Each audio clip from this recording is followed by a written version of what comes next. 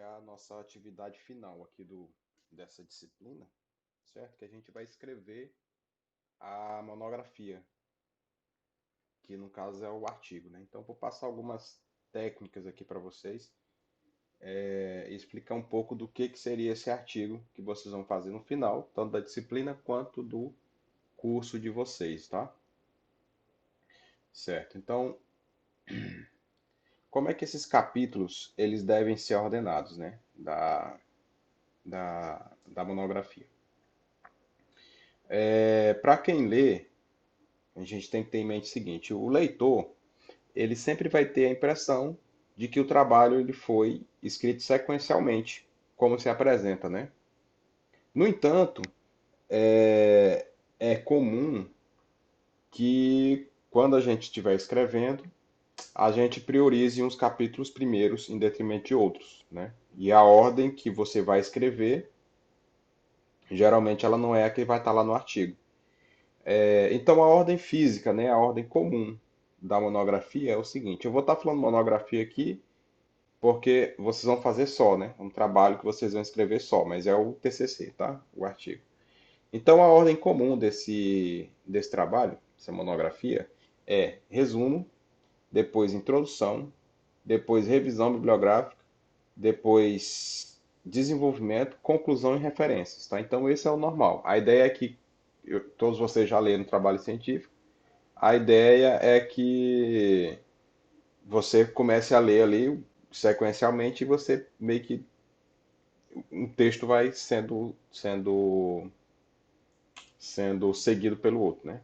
Então, dependendo aqui do seu trabalho, pode ser que a sua revisão bibliográfica ou desenvolvimento poderão ter um espaço maior, né? Isso aqui não é definido inicialmente. Então, como é que a monografia ela pode ser lida pela banca examinadora, né?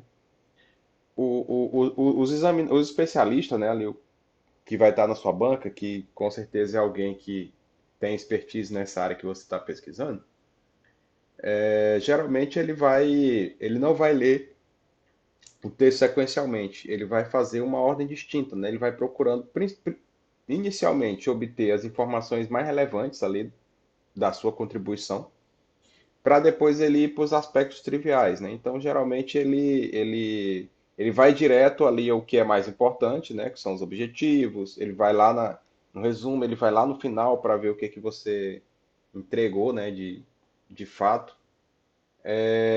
E essa monografia ele também depende muito da experiência do avaliador e tal. Porém, uma sequência muito interessante que ela pode ser lida, né? Isso aqui já é algo pessoal meu, né? Mas também alguns livros defendem essa sequência aqui, inclusive o nosso livro texto, que seria o resumo. Primeiro você lê o resumo para entender o que que o cara fez ali, ter uma visão macro do seu trabalho. Depois, o avaliador ele deve dar uma lida na referência, né? Que ele vai fazer o quê? Ele vai verificar ali se você seguiu alguns livros importantes, se você não usou o Wikipédia, se você não usou blog da internet, né? Se você não usou ali, dependendo o que que você leu, né? Então, depois leia-se a introdução, que na introdução você vai verificar os objetivos, né? Específicos, geral, e depois você vai lá na conclusão, que na conclusão você vai ver se ele conseguiu cumprir os objetivos que ele tinha falado lá na introdução. Depois o avaliador ele deve ler o desenvolvimento, né, que é a metodologia do seu trabalho. E por fim, ele vai ler a revisão bibliográfica, né, porque ali não acrescenta muito ao trabalho, né, a revisão bibliográfica. A revisão bibliográfica ela é só para você mostrar que você leu, você mostrar para um leigo, né, para que ele não, que ele consiga entender minimamente o seu trabalho, né? Uma pessoa que não é daquela área. E como é que a monografia pode ser escrita? Bem, então pode-se escrever a monografia exatamente como os capítulos se apresentam, né? No entanto, essa abordagem ela é um pouco inconveniente, né? Por exemplo, produzir uma revisão bibliográfica muito longa, né, que você traz muitos conceitos e etc., você acaba ficando cansado e lá na conclusão você meio que escreve qualquer coisa, né? Sendo que O referencial teórico é uma parte do texto que quem vai avaliar o trabalho dificilmente vai se ater muito aos detalhes, né? Quantas pessoas, assim, aqui, só uma frase, né? Quantas pessoas já entregaram seu trabalho e fala, tá pronto, professor, só falta a conclusão, né? Não sei se vocês chegaram a, já fizeram isso uma vez, mas é bem comum. O aluno chega, professor, fiz tudo, falta só a conclusão. Pô, tu deixou o mais importante, né? Que é a conclusão. A conclusão é que você vai mostrar a contribuição do seu trabalho, né? Então, eu sugiro a vocês, deem um foco muito grande para a conclusão do trabalho de vocês, tá? Escrevam ela com cuidado, com paciência, que ela realmente é a contribuição, é o que você está deixando paciência, né, da sua pesquisa. Ah, recomenda-se, então, que você inicie a escrita do texto final só depois de ter concluído pelo menos a maior parte do experimento, né?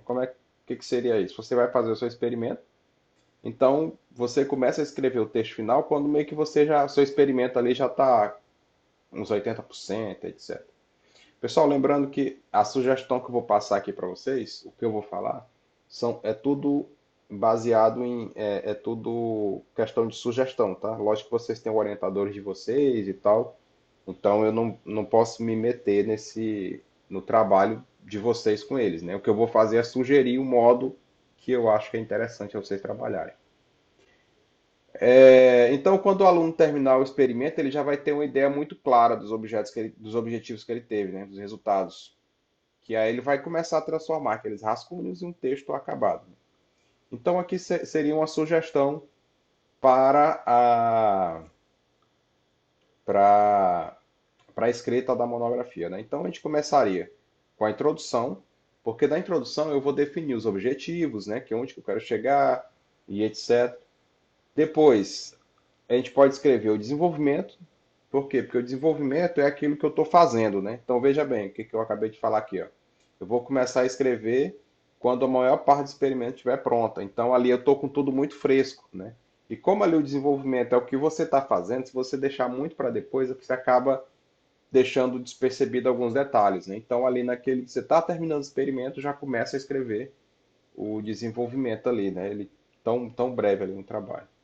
Depois do desenvolvimento, é aconselhar você já escrever a conclusão, né? Veja, esses dois pontos aqui é o que você fez, né? Esse aqui é o que você disse que você quer fazer. Esses dois é o que você realmente fez no seu trabalho. E depois você vem, revisão bibliográfica, né? Você vai pegar ali tudo que você estudou, você faz ali um overview, um apanhado geral. As referências você coloca ali no trabalho, essa referência ela tem que ser feita junto com a bibliografia, né? E por fim é o resumo. O resumo é interessante que ele seja por último, porque a ideia é que o resumo você tem que colocar tudo que tem no seu trabalho, né? Então o resumo é interessante que ele seja o último que você faça. Beleza. Então aqui o que, que eu quero que vocês façam, né? O trabalho final da disciplina. Eu quero que vocês façam um esboço de um artigo científico de no máximo 5 páginas sobre o projeto desenvolvido na aula passada, né? Então a ideia aqui é que vocês vão fazer um esboço do trabalho, um esboço. Eu vou explicar melhor isso aqui para vocês. Mas a ideia é que vocês façam o esboço desse trabalho e vocês não vão escrever o artigo científico, afinal de contas vocês não pesquisaram, né? Então vocês vão basicamente escrever a estrutura, né? O que que poderão. Aqui eu escreveria tal coisa, aqui seria isso aqui, certo? Então eu só quero ver se vocês entenderam realmente os pontos-chave dos artigos científicos, tá? De um artigo científico. Então o que que vocês precisam escrever? Vamos lá, o título. Bem, o título é o meio de chamar a atenção ali, né? Então, vocês lembram lá naquela revisão sistemática da aula passada, em umas 2 aulas anteriores que eu passei para vocês, a revisão sistemática, o que que acontece? Pelo título você já começa a eliminar os trabalhos, né? Então, o título você tem que observar bem que ele tem que chamar a atenção do leitor. Ele deve descrever a contribuição principal do seu trabalho, de um modo sistemático, né? Às vezes, se você bota um título muito genérico, muito grande, você não motiva a leitura né? Geralmente você já cai naquela malha fina lá. O cara tá lendo ali só o título e vendo o que é interessante para ele, né? Então, o título seria o primeiro, tá? Título conciso, tentando chamar atenção para o que realmente importa no seu trabalho.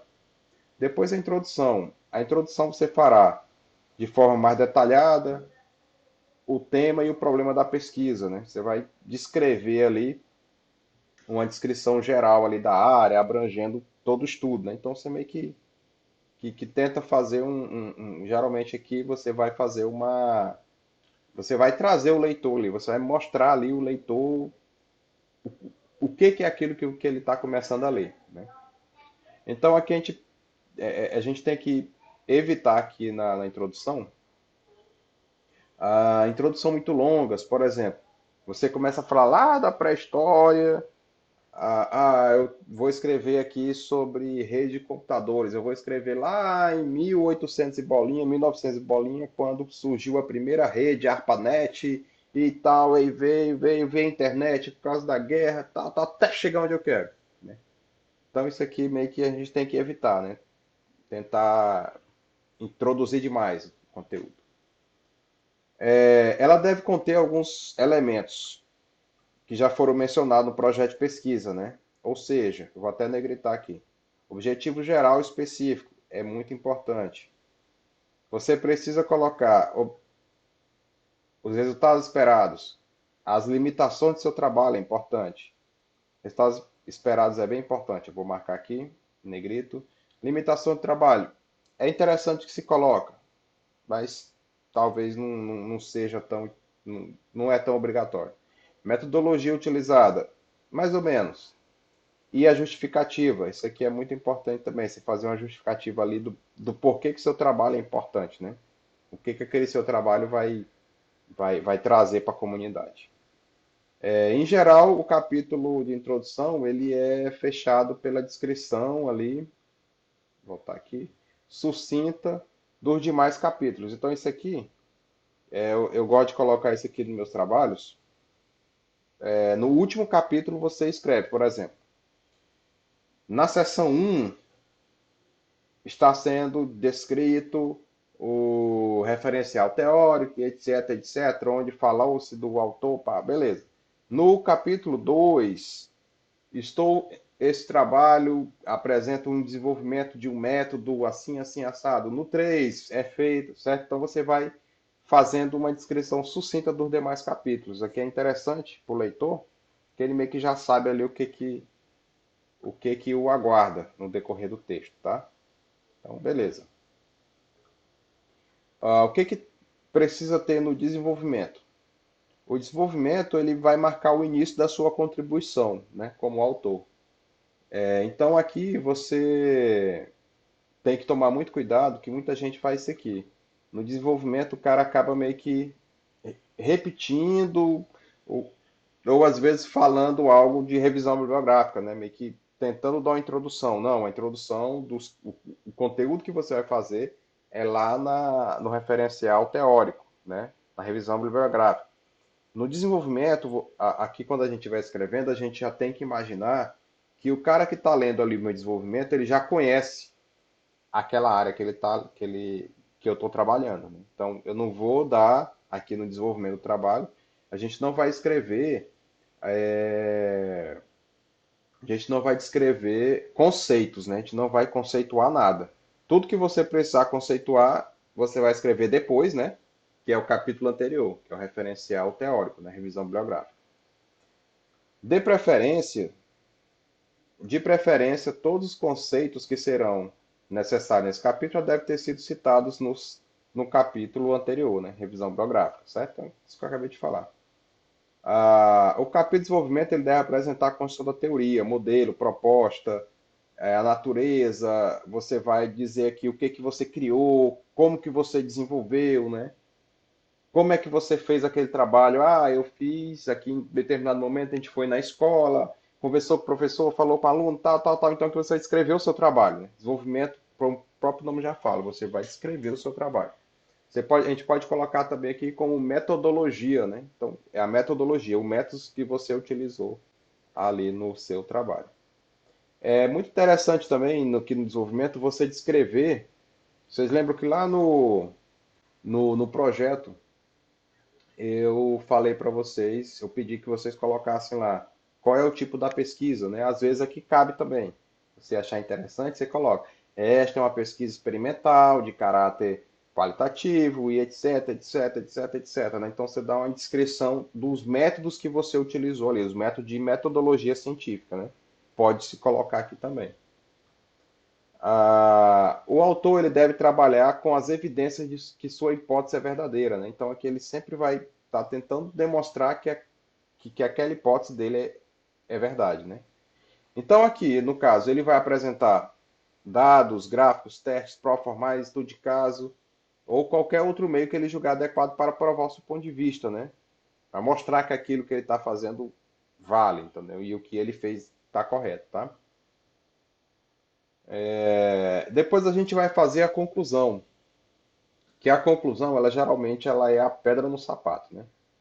Como eu já falei anteriormente, é aquela que o cara meio que faz tudo e fala, ah, professor, faltou só a conclusão. Então, a conclusão é o seguinte, aparentemente tudo já foi dito ali no trabalho, no capítulo de desenvolvimento, né? Então você fica meio que na dúvida, pô, o que eu vou escrever aqui na conclusão, né? A primeira dica para se escrever a conclusão é observar os objetivos gerais e o específico do trabalho, que você colocou lá na introdução. E aqui você começa a sua conclusão comentando aqueles objetivos, né? Você tem aquele. O meu objetivo, por exemplo, do meu trabalho é, não sei, fazer um aluno com problema, com deficiência auditiva, conseguir ler, aprender a ler, etc. Então, esse é o meu objetivo. Então, na conclusão, eu já tento explicar como foi que eu cheguei lá, né? E vou mostrar que eu cheguei lá e por aí vai, tá bom? Então, aqui a ideia é que você pode escrever a sua conclusão baseada nos objetivos específicos e gerais, né? Então, você está observando os objetivos e você vai dizendo que eles foram concluídos, né? Você vai descrevendo como você concluiu eles, né? E qual foi o resultado esperado que você chegou ali, tá? Outro ponto importante na conclusão é que a gente não deve apresentar só resultados positivos, né? Os resultados negativos também são interessantes. É lógico que a gente só quer falar bem, né? E é o correto. Mas aqui é interessante, você meio que, às vezes, olha, não faça isso porque isso gerou determinado problema. Então, quando se testou tal método, tivemos um problema X. Então, às vezes é bom descrever um pouco os problemas, né? Não focar muito nos problemas, descrever eles é interessante. Então, aqui a ideia é que o pesquisador ele seja honesto, né? E demonstre aqui as suas limitações mesmo, do seu trabalho, a fraqueza. Às vezes até uma pessoa que lê, ele vai tentar melhorar ali naquele ponto, né? Então isso é a ciência. Outro tópico que serão a ser abordados seria as lições aprendidas, né? Aqui tem um textinho aqui que eu vou ler para vocês. O aluno passou 2 anos ou mais estudando um tema e realizando os experimentos dele. Além dos objetivos do trabalho claramente colocados e atingidos, ele deve ter muita ele deve ter aprendido muita coisa no processo. Talvez essa informação pode ser útil a outras pessoas. Então se deve descrever o capítulo de conclusões, quais foram as lições aprendidas no decorrer do trabalho, né? Então é interessante dizer que a conclusão é você que está escrevendo, né? Então aqui você escreve, então é interessante dizer, ó, foi muito interessante, aprendeu-se isso, tal, tal, tal, né? É uma prática também comum. Pode-se descrever também outras situações na quais essas lições possam ser aplicadas. Isso aqui a gente pode entender como trabalhos futuros, né? Às vezes né, mais ou menos isso aqui, umas novas situações, né? Você pode já dar uma dica para o próximo pesquisador o que ele pode fazer. Ela deve ter, a conclusão aqui é importante, ela deve ter pelo menos 3 partes, né? Então, às vezes, muitas vezes, essas partes elas não são descritas, né? Tipo, agora eu estou em conclusão, depois contribuições, trabalhos futuros. Não. Você não precisa fazer subtópicos, né? E também não precisa separar esse texto, né? Você pode escrever e o autor, um leitor experiente, ele vai conseguir identificar aqui esses, esses detalhes aqui, tá? Então, vamos lá, o que seriam esses tópicos? O primeiro é a conclusão. O aluno falar de forma concisa, uma referência, o problema examinado e resolvido. A conclusão propriamente dita, ela teria o seguinte formato, né? Então vamos lá. O problema descrito na seção X foi resolvido e demonstrado nas seções Y e Z, em que foi desenvolvido um algoritmo, um método, abordagem, etc., para tratar as situações mencionadas, né? Então aqui é um exemplo de um textinho que você pode ali meio que adaptar, que já tem uma conclusão, né? Depois a gente vai fazer o resumo das contribuições, né? Que seria o que seu trabalho contribuiu, né? Então aqui um exemplo aqui, né? E é interessante também, às vezes colocar em ordem decrescente de sua importância, né? Você só coloca o mais importante primeiro, depois o segundo e por aí vai. Então vamos ver aqui exemplos. Desenvolveu-se um algoritmo muito rápido para o problema de Zilon, de grande porte. Demonstrou-se pela primeira vez o uso do mecanismo Groth para cálculos de Zilon, e etc. A galera que não é da área de TI, isso aqui também não existe não, tá? Isso aqui é só fantasia. Não é nada assim muito Zilon, Groth, não existe não. Só para demonstrar um pouco como é que a gente poderia descrever aqui essas contribuições do trabalho. As contribuições mais importantes, elas geralmente são aquelas que geraram conhecimento novo, né? Então, se você fez aqui uma ferramenta nova, uma nova metodologia de ensino, né? Você descreveu uma coisa que realmente gerou um conhecimento novo, então geralmente esse é a sua contribuição principal, tá? E depois você coloca o trabalho futuro, que é onde você detecta alguns pontos que você acha que tem crescimento para o seu trabalho, né? Que uma pessoa pode ir lá e continuar ali. Isso aqui é muito comum, às vezes, em universidades maiores, onde você tem ali um laboratório e tem muita gente trabalhando ali naquele laboratório. Então, o professor, às vezes, ele sempre tem ali 20 alunos, 10 alunos, e esses alunos vão girando, né? Então, quando entra um aluno novo, ele meio que continua o trabalho de um aluno anterior, né? Então, se utiliza muito esses trabalhos futuros, né? Então, a galera que vai entrando, ela vai tentando continuar, de alguma forma, melhorar ali os processos daquele determinado laboratório.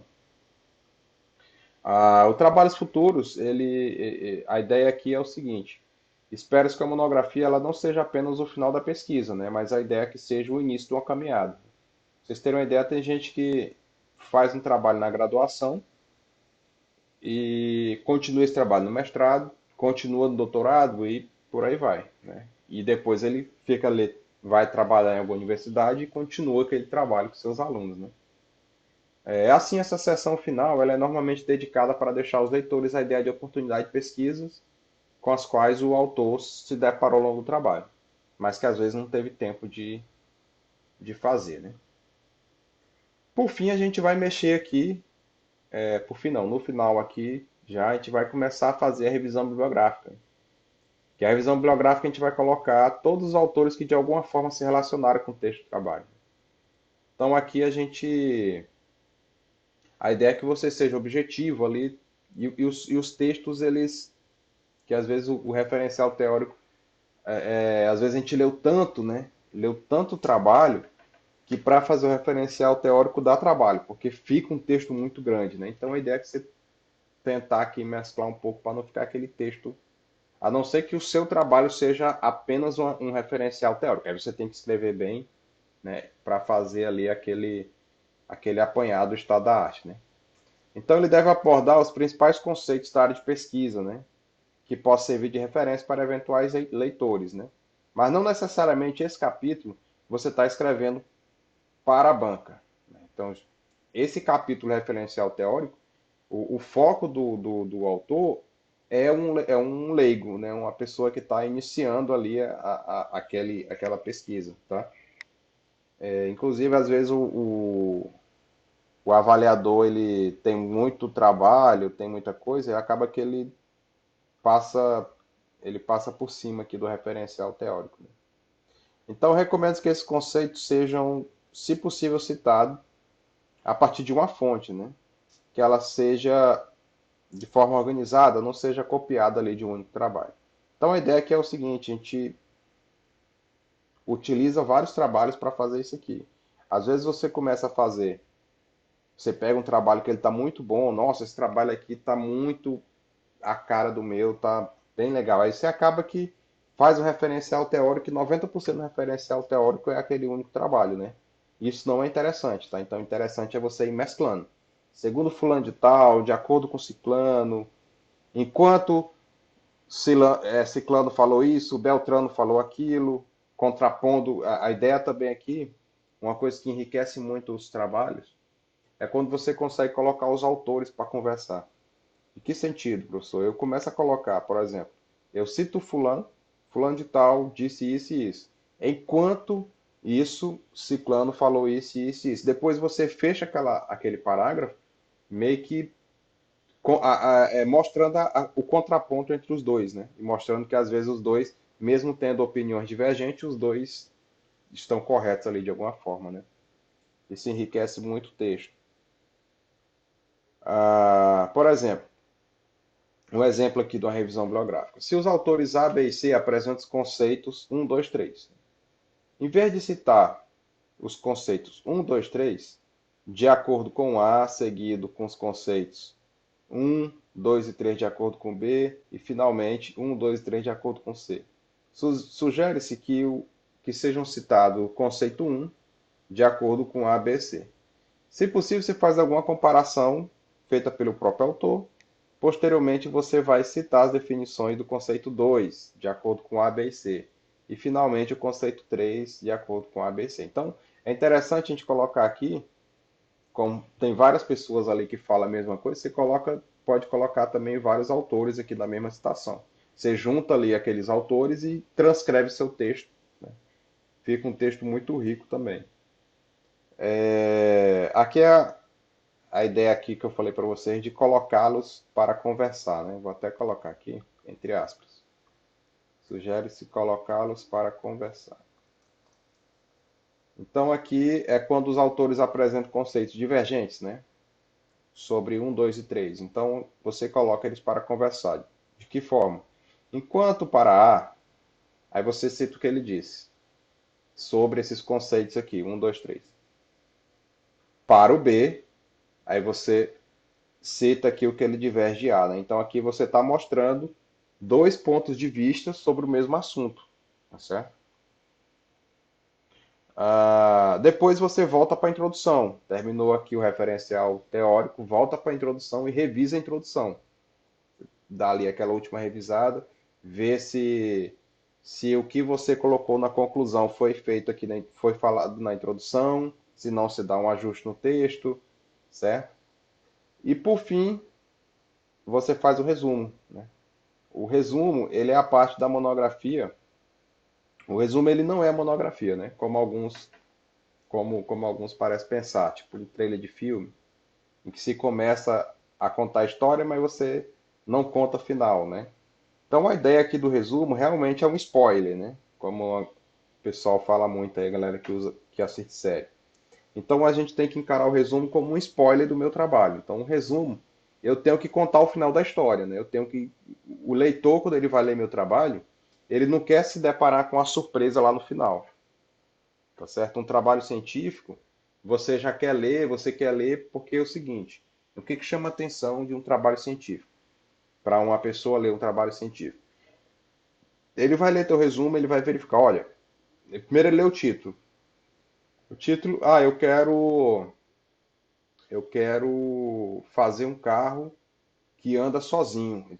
Porra, que interessante isso, hein? Um carro que anda sozinho. Vou ler o resumo do cara. Aí no resumo você falou: o meu carro, eu utilizei o método XYZ e no final desses três métodos, em uma estrada ensolarada, com asfalto, isso e aquilo, o meu carro conseguiu andar sozinho, andou 20 quilômetros só. Caraca, como é que. Agora, beleza, eu conheço esse método, não conheço esse, mas eu quero saber como foi que esse cara utilizou esse método para fazer isso, né? Então, essa é a ideia. Porque às vezes, se você.